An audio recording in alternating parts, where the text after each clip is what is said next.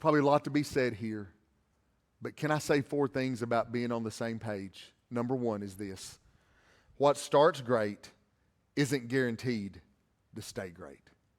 What starts great, Isaac and Rebekah had a fairy tale beginning. They started great. And I'm sorry to give you bad news this morning, but you need to know that staying great and staying on the same page is not automatic. Hey, can I say a word to those who are not married, who'll get married one day? You should start out on the same page. You should start out in love. You should start out together. That is a given. If you're not starting out that way, by all means, do not walk down the aisle. But for the rest of you, tough, it's too late. And can I tell you about getting on the same page and staying on the same page? It's not automatic. It takes work and dedication.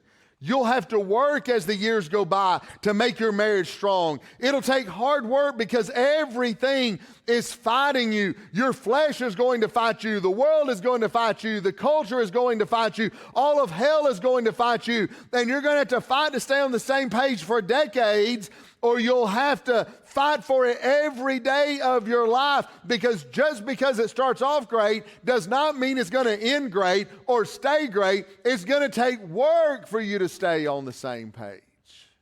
I've told you this before, but we lived in a subdivision when I was growing up as a kid. My dad bought an acre of land across the street that houses should have been built on, but he bought an acre of land and he wanted to plant a garden because Dad kind of grew up on a farm, and you want to plant a garden over there. Now, an acre garden, not a farm, acre garden may not seem like a lot to you, but I had to do it. I was 9, 10 years old. I had a hoe and I had a tiller that I had to till. And my dad, about March every year, Dad would put me down on that acre, and I had to till that whole acre of rocky soil, and I would walk behind the tiller. I don't know if you ever used a tiller or not, but I had to walk behind it just bouncing around, just kind of slinging back and forth, trying to plow. And I'd plow, and Daddy said, no, it's not enough. And I'd do it again, do it for weeks after school, go down there and plow. All day Saturday, all down there and plow. And then I'd take a hoe, and I'd have to make rows with a hoe, and Daddy liked straight rows. And so I'd make them, and it'd be kind of wobbly and crooked, and Daddy would come down and help me, and we'd get those hoes up, and then we'd start putting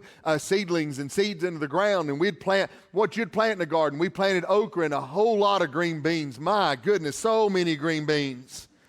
Green beans everywhere, and we planted a little bit of corn and peppers and tomatoes, and lastly, later on, we'd plant watermelon. That was kind of my pleasure patch, I guess. I'd go plant watermelon down on the south side, and we'd plant all that. And in the beginning, man, in April and May, Daddy didn't believe in weeds in a garden. And every spare minute of my life, Dad'd say, son, I saw a weed down there. I'd be like, Dad, it's an acre. Just tell me where the weed is.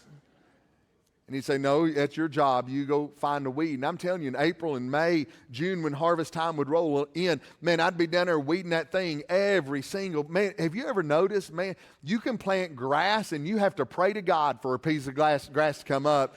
You don't plant anything and weeds just sprout up all over the place. And man, weeds were coming up fast, and I was hoeing. Man, my neighbors would come down and they'd brag on me today, say, your son keeps a good garden. And I'd be like, your son doesn't want to keep a good garden. But through June, man, I'd have that thing. It was beautiful. We'd go down, pick beans. I'd sell them to the neighbors. We'd put some up, all that stuff. Man, we loved every bit of that. But about June, July, it got hot. And Dad quit looking and I'd quit working. And we'd let that thing, we'd harvest about everything we were going to harvest out of it. But those watermelons, which came in about August, if my memory serves me correctly, and they'd come in around August. But between the end of June and watermelon time, I quit. And those weeds just kept growing and growing and growing. By the time we needed to pick a watermelon, it took a machete and a whole lot of swinging to find a water. I mean, it was a snake-infested watermelon patch. We'd be down there looking for watermelons misshapen because I'd let weeds grow up all around them. The truth is, I had started taking care of it, but then I'd got lazy and the weeds had taken over.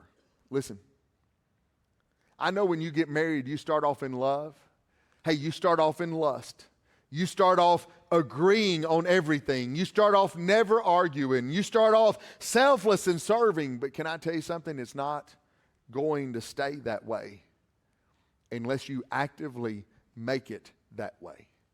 See, what we do is, just like that garden, we get married and we think, I've planted the seeds of love. I've planted the seeds of joy. I've planted the seeds of happiness in my marriage, and you have. But can I tell you what? Weeds of the world are going to grow up, and they're going to choke out that love, and they're going to choke out that marriage, and they're going to choke out that joy. That's why it requires work. You've got to actively be getting better. You've got to actively be getting closer. You've got to actively be communicating and forgiving and growing and tending your garden. If you don't tend your marriage, weeds are going to grow up and ruin your marriage.